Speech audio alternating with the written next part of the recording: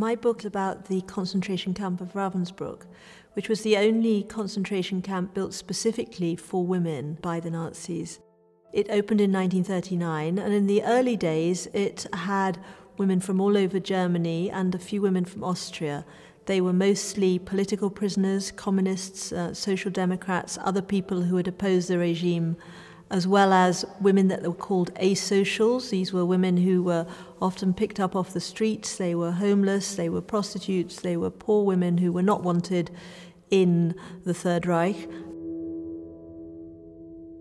In the early days, the treatment of women was slightly less severe than in some of the men's camps. Some of the extremes of torture were not quite so physically abhorrent, although they were certainly bad enough.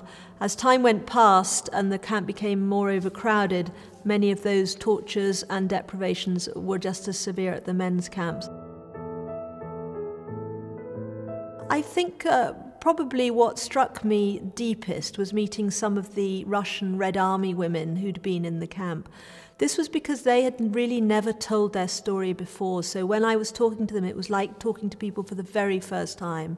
But by the time I met them, they were very old women and they were absolutely wonderful. They lived in, many of the ones I met lived in houses on the shores of the Black Sea, and they were terribly welcoming, and they fed me and gave me food and told me stories, and their children would gather around to listen because their children had also not heard their grandmother or their mother speak before.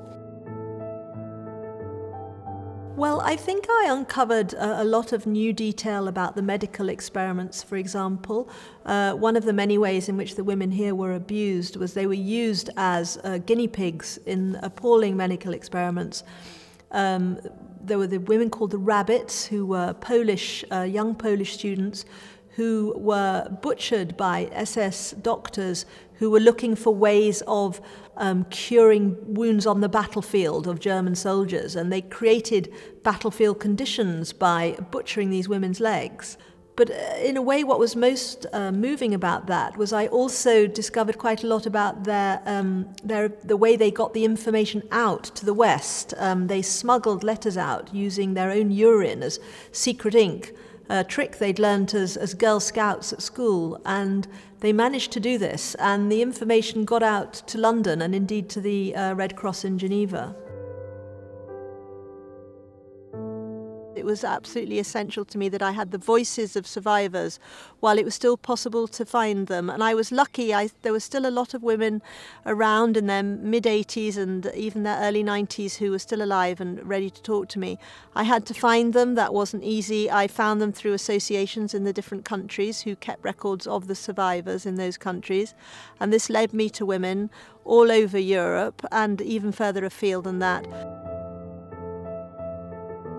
Siemens had a very large factory just outside the walls of Ravensbrück, and they employed women to make electrical equipment for the German Luftwaffe, for German military, and for electrical installations all over the camps.